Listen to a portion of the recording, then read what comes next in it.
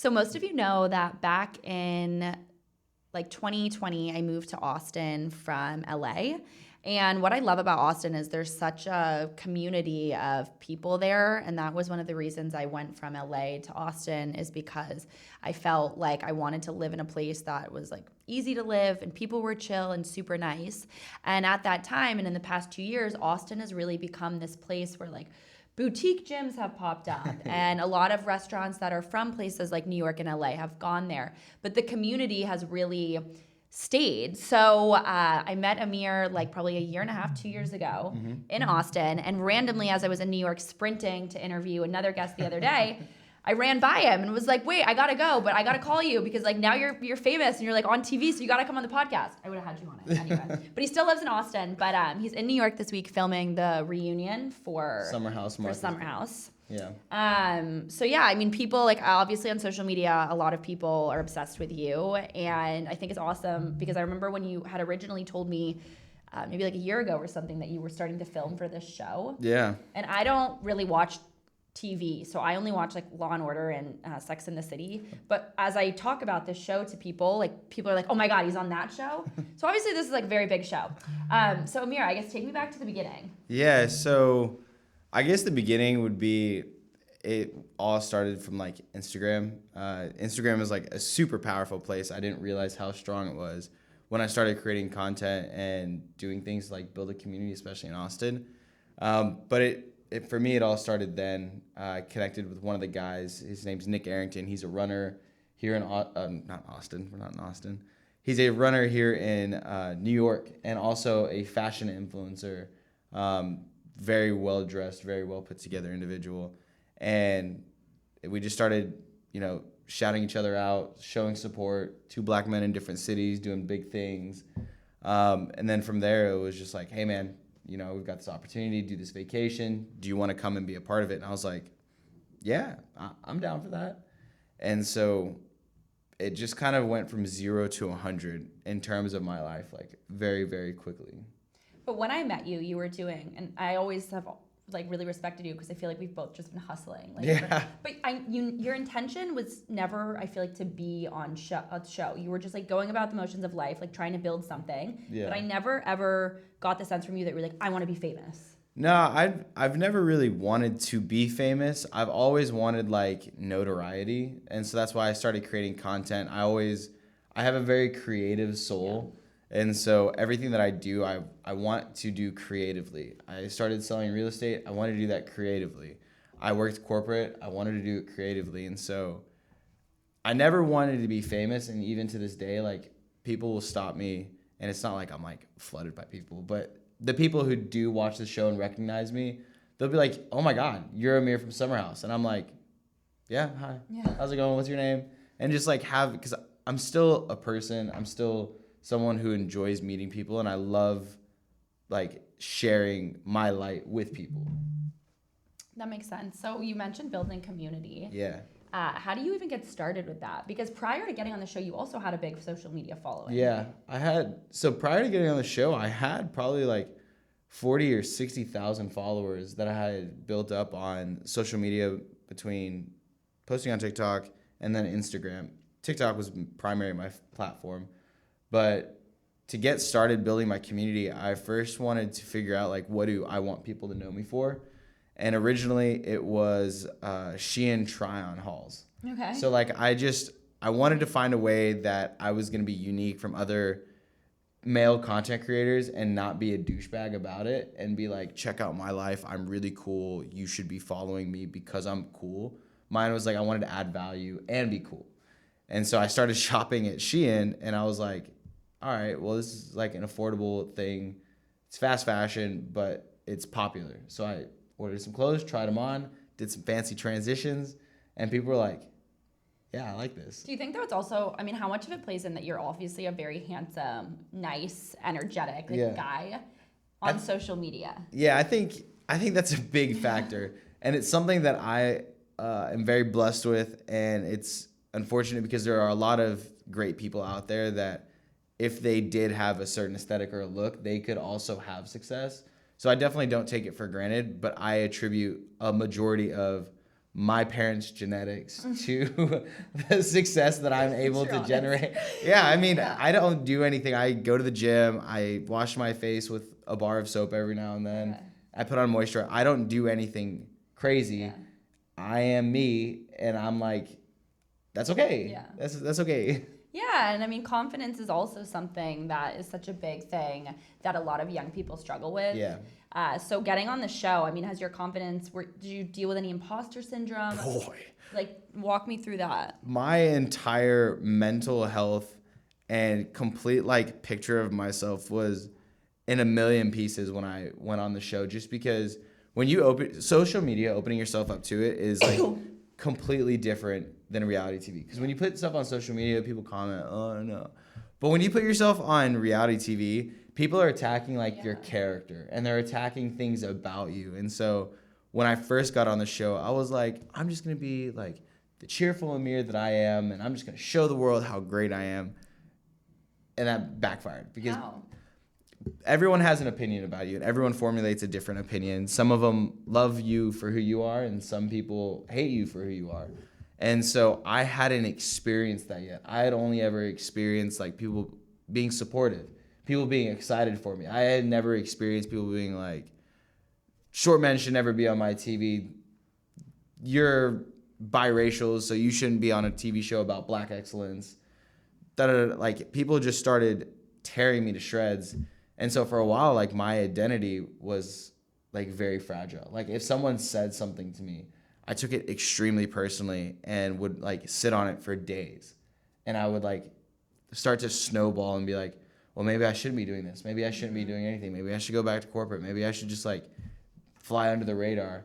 And so for about a year, as I kind of navigated being, like, broken and then, like, rebuilding, broken, rebuilding, because that's basically what happens every single episode that drops is the foundation that you rebuild, the next episode comes, and it's just a sledgehammer that just, like, breaks that foundation. That's wild. And so then you've got to fill in those cracks. But it also made me, like, pretty, like, impenetrable to just about anything. Like, season 2 came around, and I'm very much, like, grounded in who I am, and I couldn't give two fucks about what, like, other people think. Yeah. I see it, and I read it, and I'm like, wow, I'm really sorry that you feel that way about me, but I don't look at myself and go, you suck, or you shouldn't be alive or anything like that. I'm just like, dang, people are wild. Of course. I know, and I've had a pretty shitty situation with that this week, and, like, things can be twisted. And, you know, on the show, though, how much did they, from what you remember when you would film, actually came out? Like, what happened? Oh, man.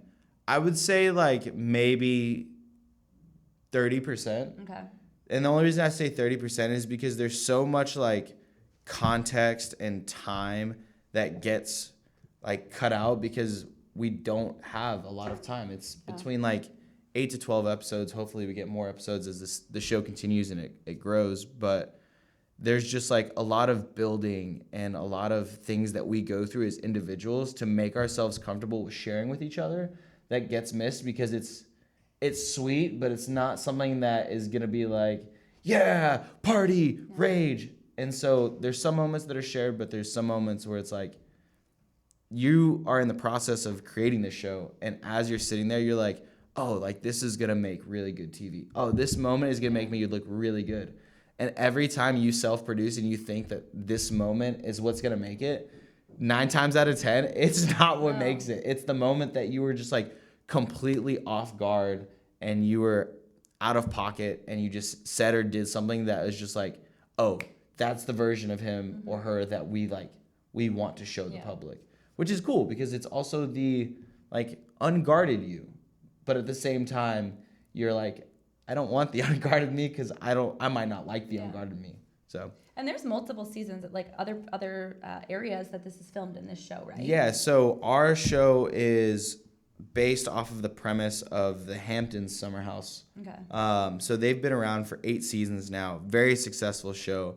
Had a lot of big wins, a lot of hard losses. But there was a need in Bravo to kind of create more diversity and build a show, a young show that has a foundation of diversity versus building it on what we typically see on reality TV and then adding diversity. And so that's kind of how Bravo was like, we think this is perfect. Yeah. And it was nice. I liked it. I like it, but I'm excited to see what transformations it goes through to make it to the next level, to make it to the point where, there are 8 seasons of hundreds of thousands of viewers, and we aren't scrapping to get people to tune in live or watch it on Peacock or whatever it is. Do you feel like that's how it is now?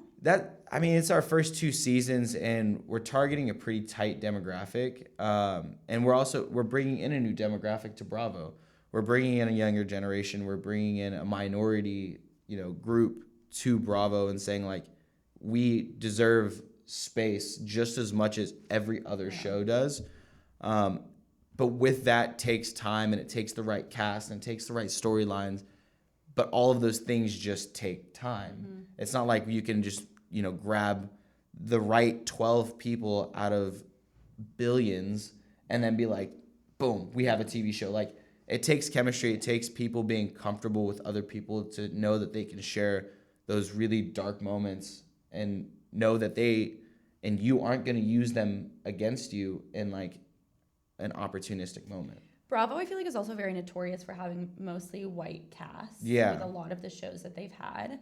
But, Martha's Vineyard is also such a white place. Martha's Vineyard, Nantucket. So there's how many of you on the show? 9? There's 11 of us. Yeah, so we fluctuate numbers based on season 1 and season 2.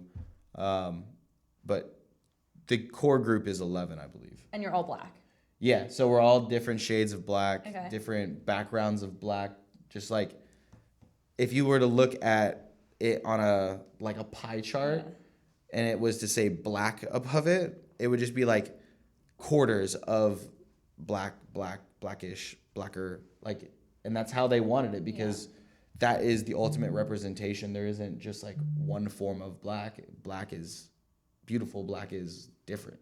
Were you conscious of, especially with a network like Bravo, knowing that this was such a different type of cast and storyline for them when you entered this show? I tried not to. I honestly came in really naive and just kind of let my guard down. I knew about Summer House Hamptons. I had watched it once I heard what the project was premised around, but they were also very persistent on being like, we are going to be nothing like them. We want you to know, this is going to be a brand new show. And I'm looking now, I'm like, it's like this. It's like cut and paste. Yeah. But we have way more depth, I believe, which is very much the culture nowadays. That's not even a racial thing. Culturally, people who are in their 40s versus people who are in their late 20s, early 30s are we want realness, we want authenticity, we want story to attach to. We want to feel as if you are our best friend because we know the good and the bad of you. And so that is what our show does, is every single person on our show has a moment where you are going to be hated and you are also going to be loved. And if you look at Twitter, one week people are casting for your head and want you off the show. And then the next you're on everyone's top 5, we hope they return to the Vineyard next season type stuff. So it's you almost have to be naive in order to be good at this show, because if you go in already thinking about this is a new show, what could Bravo do with it, what information, how are we going to get marketed, then you'll start to just kind of become a worrywart, and the only thing that you can worry about is yourself. Yeah, it's so funny. I'm starting to realize Twitter is the next TikTok. Nah, dude, Twitter is vicious. I thought TikTok for a while, I was scared to be on TikTok or people to leave reviews about me on TikTok, because I was for a while, that was the unfiltered, that was the West, right? If your face was on there, people were allowed to do and say anything. But now TikTok is kind of that 50-50. People are either really happy for you or they hate you. Yeah.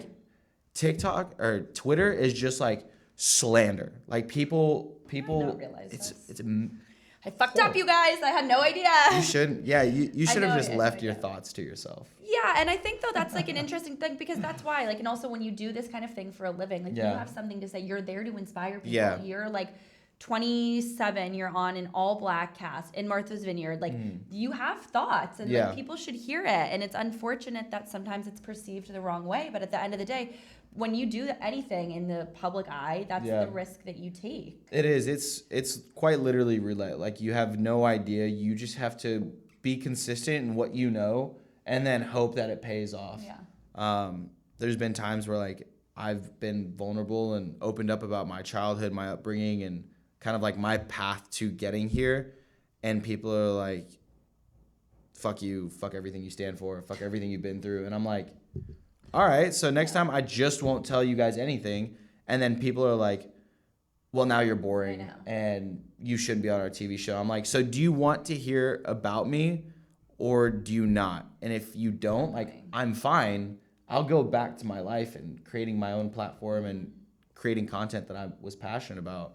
Otherwise, shut the fuck up and listen to what I have to say and understand that there are people outside of you who have different perspectives, different lives, and be okay with that. Like, you don't need to drag someone and be ugly just because you're hiding behind a phone. Like, were you bullied in high school? Oh, yeah. I mean, I was bullied through all grades. I didn't really peak until college.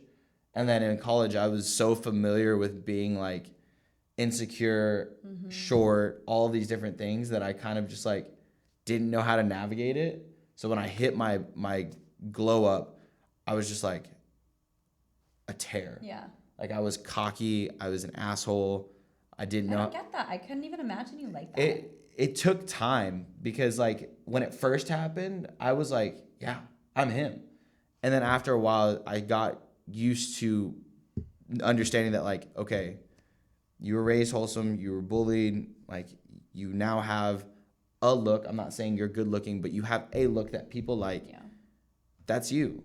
Like, go back to who you are. You don't need to be vindictive of the fact that you lived 18 years of your life like under people bullying you and making microaggressions towards you and doing all these things. Like, don't do unto the world as the world has done to you. Yeah. And I was like, all right. Do you agree that people who put other people down though are just really jealous? No, I think, I don't know if it's jealousy. I don't know if it's insecurity, but what I do know is people who do put other people down, it is coming from inside of you, and it has nothing to do with me, you, or anyone like across the, like who they're directing it towards. That was a big thing that I had to realize when it came to season 1 and the feedback that I got is a lot of the people who were making these assumptions and conclusions about me, like I would check their page and I'd be like, hold on, this isn't about me at all. Yeah. This is about you and you projecting and you being upset with the hand that you were dealt or not dealt.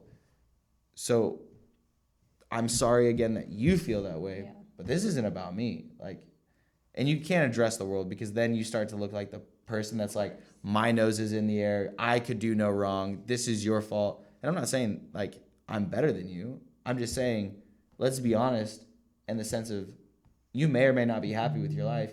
You saw someone who looks like you or doesn't look like you with an opportunity that you want or might not want, and now you're angry. Yeah.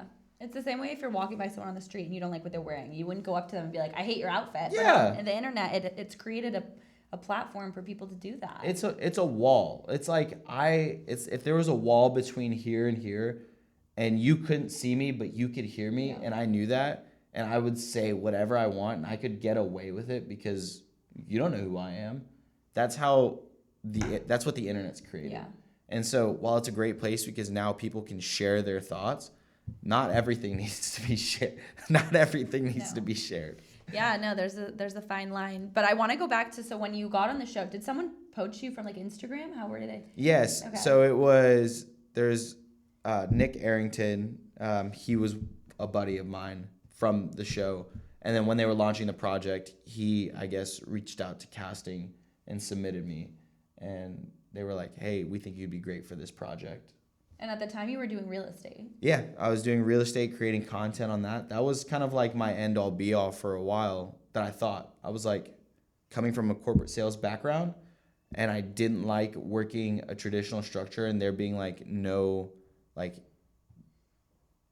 inconsistency to my schedule. Like I was bored of the consistency, and I'd only been there for like 2 years. Was that right? You went to college, right? Yeah. Was that right out of college? Right out of college, I did sales, and I worked for like 3 different companies, crushed every single one of them, left every single one of them. Because I was like, once I got to a certain point, I was like, well, what's next? And they were like, you just keep doing what you're doing, man. And I was like, that sounds horrible.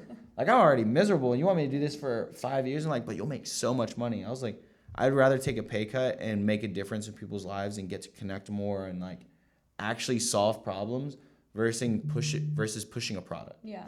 And they were like, well, unfortunately, like if that's the route you want to go, this job might not be the best for you. And I wouldn't even let them finish their sentences. I'd be like, all right, cool, I'm out. If someone's watching this and hates their sales jobs, what's your advice for them? Because you make good money in sales, right? You make great money in sales. I would say if someone's watching this and they're in sales and they hate their job, figure out why you're in sales. Because a lot of times the reason we go into sales is also really valuable in other industries. So if you're really good at meeting people and talking with people, and that's like the first thing like people will buy from you just because you're really personable, then maybe go into like client relations, because corporations will pay really good money to have individuals that they know they can send out to go do meetings and just make really good connections and do client retention. If you just care about the money and you're like a numbers person and you just, okay, maybe starting a product or starting a business or doing something that allows you the opportunity to maximize your pipeline and the sense of like how many people can come in, because if you're really good at conversion, that more people, better conversion means more money. Yeah. So that would be my thing. Is just figure out why you're even in sales. For me, I was in sales because I liked connecting with people. Yeah, you're a people person. I'm a huge people person. If I could get paid to like meet people and just like shake hands. You essentially are. I mean, you kind of are. Kind of, but I wish I was doing it. I wish I was getting paid consistently. Yeah. Like I would take the consistency of like knowing I have a paycheck and benefits that over like the notoriety and the one-off like checks that I'm like, dang, this is how much some people make? That's crazy. Oh, that's actually a good point. I want to come back to that, but I want to ask, what made you get into real estate? Because I mean, even throughout the course of my career, I've been like, oh, I'd be so good at just getting $1,500 check to like be a pretty girl walking up and be like, do you want this apartment? I wish that I was a woman in real estate, because it is like that. Like it's saturated. It is saturated, but at the same time, if you are an attractive woman who can also add value and has hustle, like you're just that trifecta, you're going to be really good in the industry. But there are a lot of people who go into the industry being like, I'm a good face and I'm going to do a video walkthrough on Instagram and I'm going to sell a lot of real estate. And I'm like, that is false. Yeah. That is really false. And that tells me just how aware you are of what really goes on social media. Because if you think that that's the reality, half these people are working 2 to 3 jobs and like they're just posting that video in the hopes of like making something happen. Yeah. And it normally doesn't. Like most people drop out of the industry within their first 2 to 5 years. Yeah. So it's kind of like if you can thug it out for 5 years, one, that allows like the generation that you're impacting to be able to qualify and be able to purchase a home, but it also gives you the ability to create a foundation, create not like people trust you and like they trust that you're a professional. But what got me into real estate was I was really good at sales and I was selling a lot of products and I wasn't making a connection with these people. Once I sold it, they were then passed on to a rep who did the tech side. And I would just be like done. I would wash my hands. I would check on them every now and then, drop off some donuts. And I was like, I want more. Like I just sold them a $300,000 piece of equipment that may or may not change the course of their business. And now I have no connection with them. I was like, I need to be in a line of work where once I meet the client, sell the client, there is also follow-up, families, they're meeting, and then I want to build a community with them. So like right now, my real estate network for the clients that I work with, I'm in the process of trying to figure out how can I start meeting and getting everyone together in my network so that way you can also start building community with the people that I have community with. Yeah. Because a lot of them are really like-minded. A lot of them are starting families. A lot of them are young. A lot of them are driven, successful, and really down to earth. That's the thing, is like, people who are down to earth really, really vibe with me. If you're not down to earth, or you're just like really stuck up, you traditionally don't rock with me, because I'm just like, I don't know what's being shown right now, but I'm literally in Nike shorts, a hoodie. Like, this is what I'll rock for a majority of my day until I don't need to. You're incredibly authentic. I mean, that's why when I ran by you, I was like, wait, Amir, like, now that you're here, let me get you, because I always really respected that about you. Yeah. And especially in a place like Austin, where there is, and I was laughing when you said the real estate, because I feel like my Austin days are so far away now from like when I was there. But the girls can we talk about the girls on Instagram who post the real estate stuff? Yeah. And I'm like, are they making a lot? Then they're all like also dancers and DJs, and right. It's a whole and that's the thing, is a lot of them have like other jobs that allow them to make connections, like being a bartender, like being a DJ, being a dancer, a Pilates instructor. They all have those jobs, and then someone looked at them and was like, hey, you can use that network to sell real estate. But again, real estate requires a lot of trust. It requires a lot of hands-on like activity.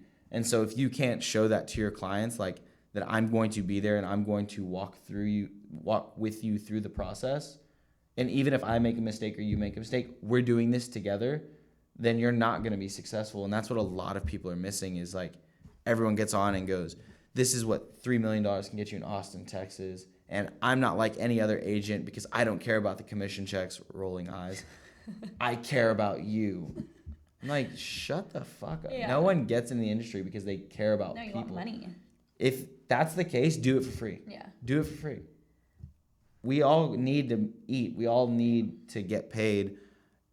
The one way that I show that I don't care about the money is a majority of my commission checks that I make, I try and invest back into my clients, whether it's through their closing gifts, paying for floor. What's a closing gift? Closing gift is, it's not like, you don't have to do this as an agent, but it's kind of like a thank you for working with me. When you close on a house, you sign on that line, 30-year fixed mortgage, whatever it is. I make my commission, and we kind of just go our separate ways. Some agents who want to really go the extra mile will get a closing gift, and that gift is either on the cheaper side, a cutting board, or on the luxe side, something from Louis Vuitton or Gucci or something of that nature. I go on the luxe side. Some agents will just get that gift basket from like Marshall's that has like a random jelly you'll never touch and a bar of chocolate and crackers that might or might not be stale. So that's what a closing gift is. Do you go luxe because you think it'll give you more business in the back? No, I really don't care.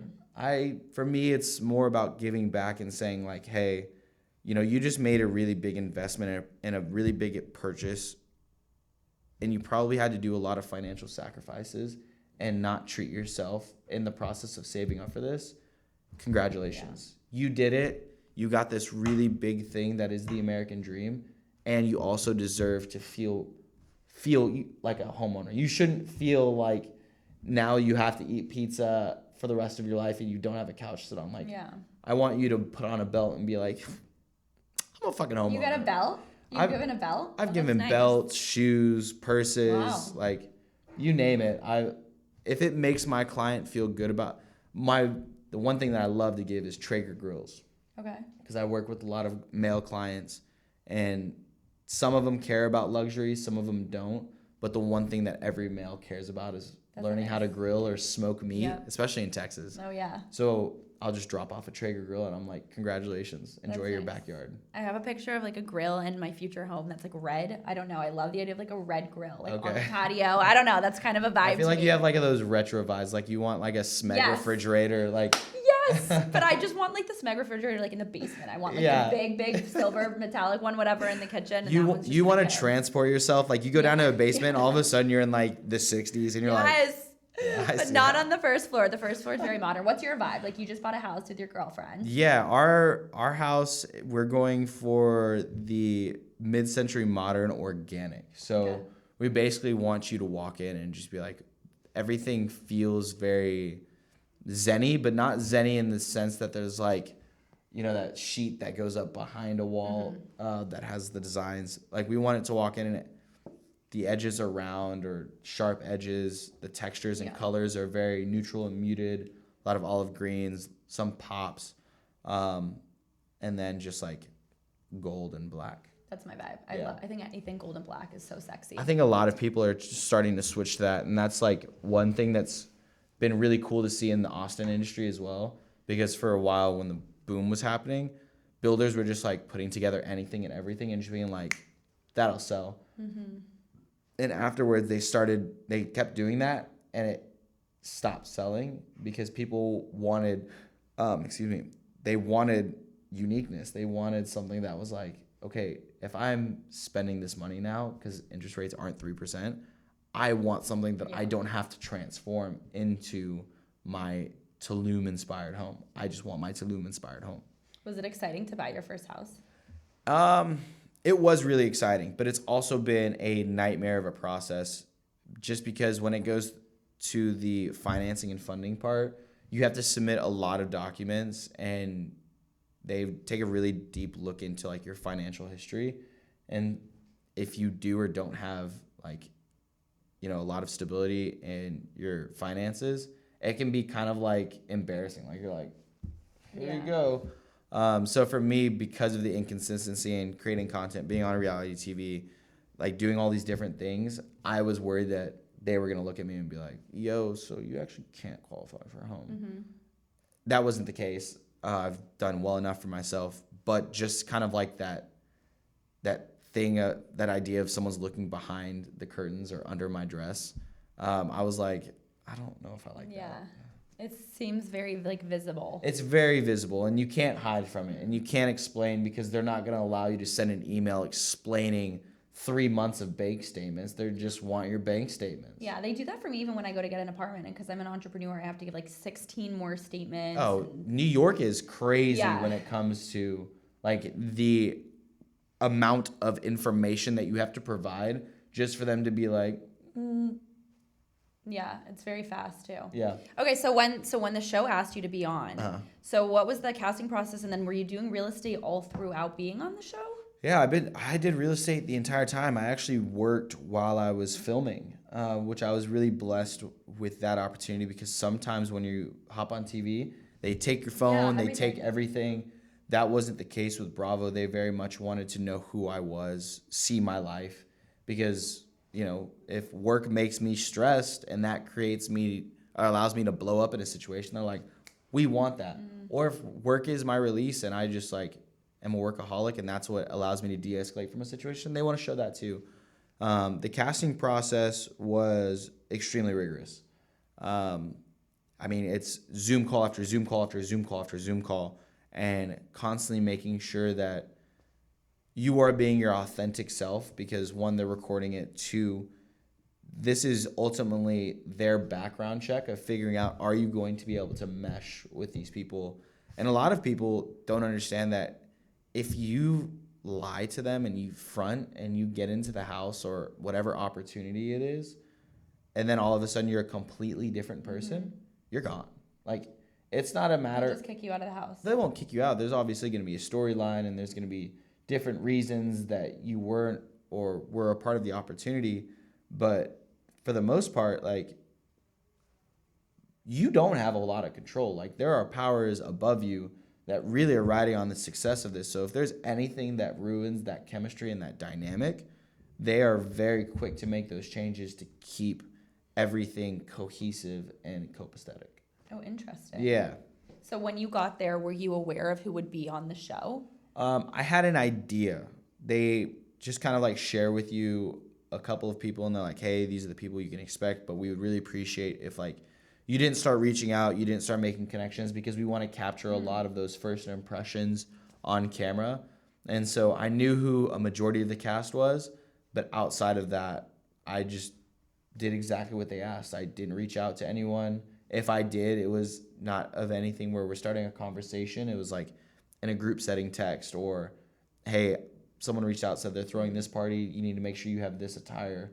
But Yeah. And then when you go to Martha's Vineyard from Austin, so when you got Boy. added to the show, or Yeah. then what's that process? I mean, going to Martha's Vineyard Yeah. from Austin is a lot of travel. I mean, you Yeah. fly into either JFK or Yeah. LaGuardia, and then you go to a really small airport and fly in on like a puddle plane. And was it a super sick house too? Oh man, it is so dope. Yeah. Martha's Vineyard is insane. Like, I understand now why the Obamas vacation there, because like, one, it's an oasis. I can't wait to be there a little bit earlier in the summer, at some point in my life, because right now a majority of the filming we've done has been towards the end. So that way it's easier on the town, it's easier on everyone's budgets, things of that nature.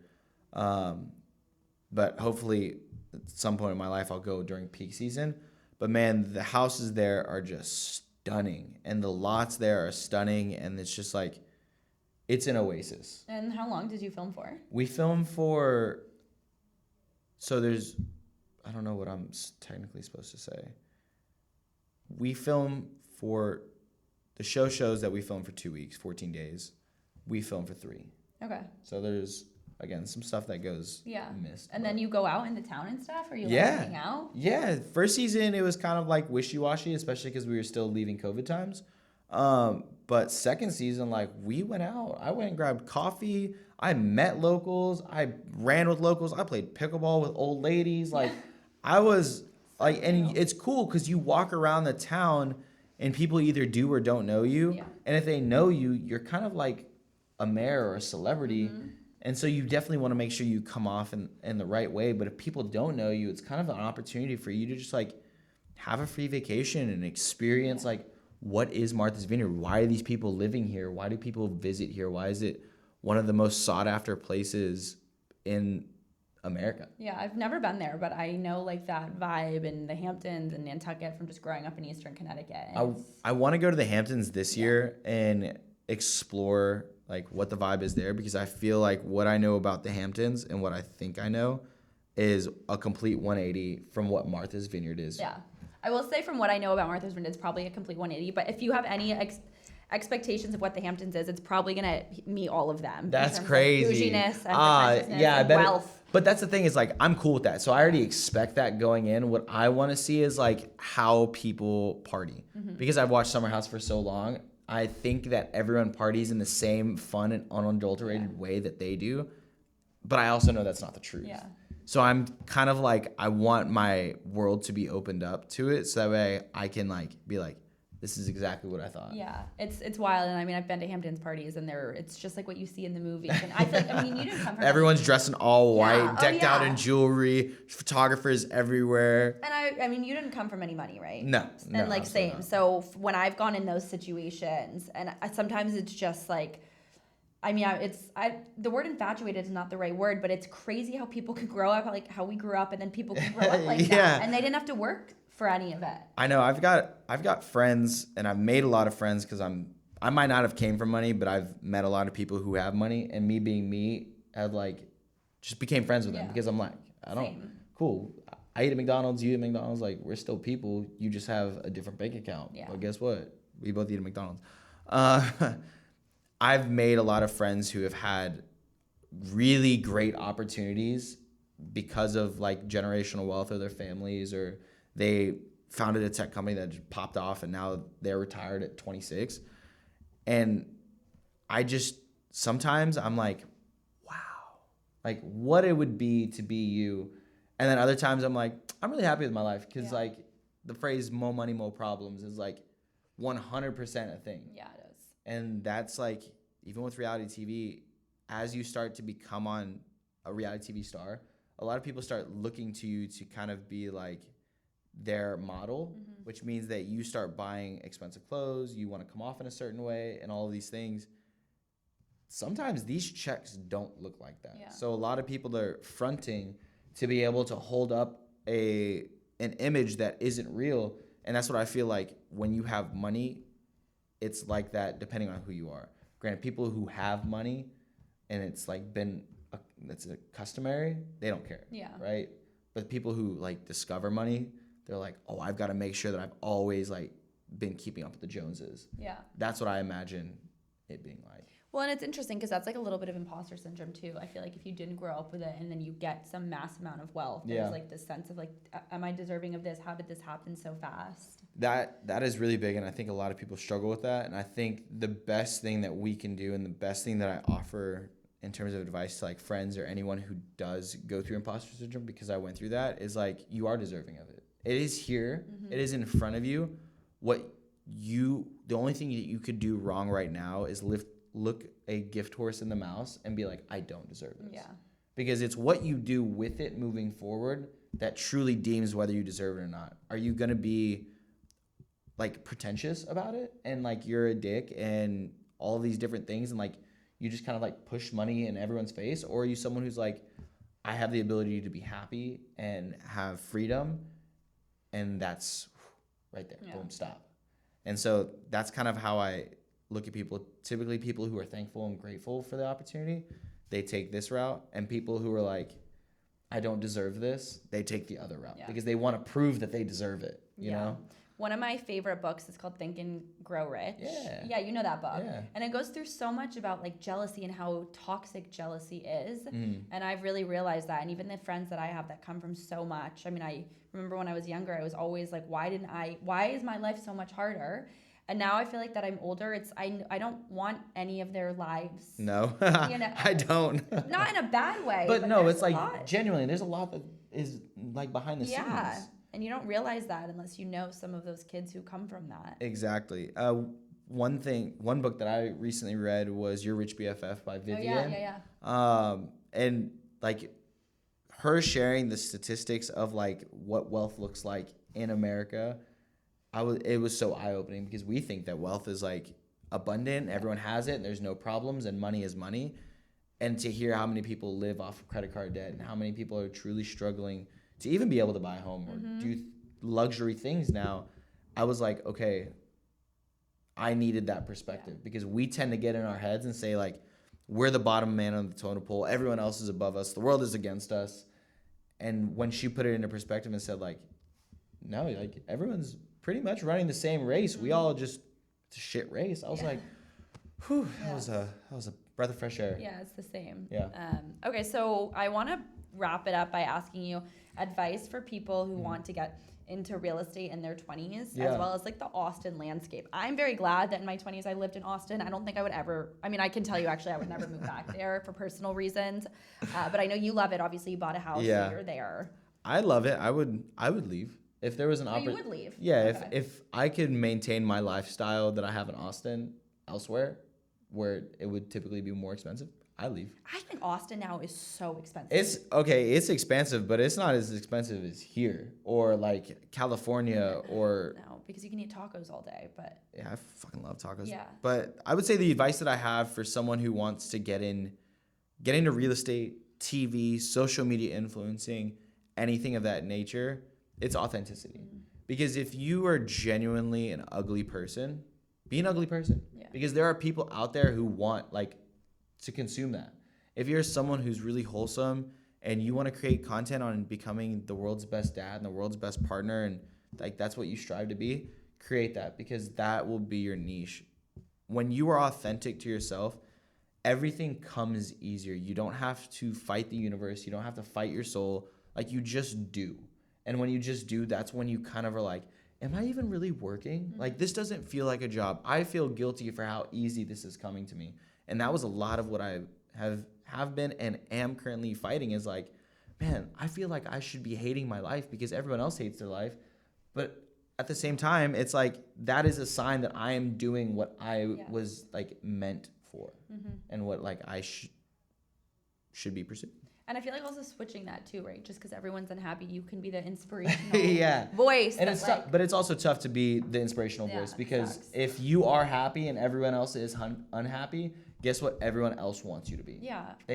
Misery loves company. Yeah. So it's like, with that being said, if you're going to be your authentic self, be very grounded in that, because a lot of people will hate that you are so grounded in who you are.